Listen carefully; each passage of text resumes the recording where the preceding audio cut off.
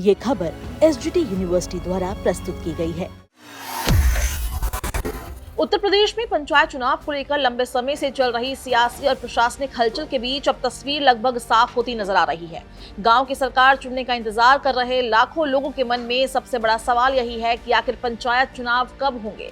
अब योगी सरकार के एक अहम फैसले के बाद इसके संकेत मिल गए हैं कि पंचायत चुनाव फिलहाल टल सकते हैं और इन्हें विधानसभा चुनाव के बाद कराया जा सकता है।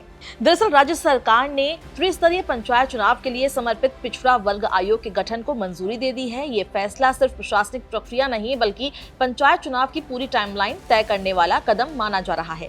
सुप्रीम कोर्ट के निर्देशों के बाद अब किसी भी स्थानीय निकाय चुनाव से पहले ओबीसी आरक्षण तय करने के लिए आयोग का गठन जरूरी हो गया है।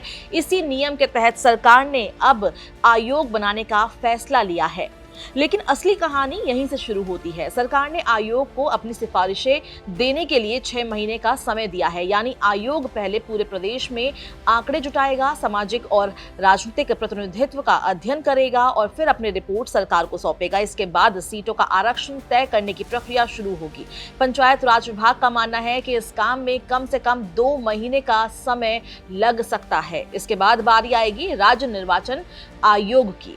चुनाव कार्यक्रम तैयार करने, मतदाता सूची अपडेट करने, अधिसूचना जारी करने और मतदान की पूरी प्रक्रिया पूरी करने में करीब 35 से 40 दिन लग सकते हैं। और अगर इन सभी प्रक्रियाओं को जोड़ा जाए तो पंचायत चुनाव की तैयारी में 9 महीने से ज्यादा का समय निकल जाएगा। यानी जब तक सारी प्रक्रिया पूरी होगी तब तक उत्तर प्रदेश में विधानसभा चुनाव का माहौल बन चुका होगा। राजनीतिक जानकारों की माने तो फरवरी में विधानसभा चुनाव के लिए मतदान की तारीखें घोषित हो सकती है। मार्च में मतगणना और नई सरकार के गठन की प्रक्रिया पूरी होगी। ऐसे में पंचायत चुनाव उससे पहले कराना बेहद मुश्किल माना जा रहा है। यानी अब संभावना यही है कि पंचायत चुनाव नई सरकार बनने के बाद ही कराए जाएंगे। अगर ऐसा होता है तो पंचायत चुनाव लगभग 1 साल की देरी से होंगे। नई पंचायतों की पहली बैठक मई या जून तक पहुंच सकती है। तब तक गांव की सत्ता प्रशासकों या प्रशासक समितियों के हाथ में रह सकती है। यही वजह है कि इस फैसले को सिर्फ चुनावी नहीं बल्कि प्रशासनिक और राजनीतिक रूप से भी बेहद अहम माना जा रहा है। दरअसल उत्तर प्रदेश में पंचायत चुनाव सिर्फ गांव की सरकार चुनने तक सीमित नहीं रहते, इन्हें विधानसभा चुनाव का सेमीफाइनल भी माना जाता है। गांव का राजनीतिक माहौल, जातीय समीकरण और स्थानीय नेतृत्व का असर सीधे बड़े चुनावों तक दिखाई देता है। ऐसे में पंचायत चुनाव टलने का असर राजनीतिक दलों की रणनीति पर भी पड़ सकता है। साल 2021 में पंचायत चुनाव अप्रैल महीने में 4 चरणों में कराए गए थे।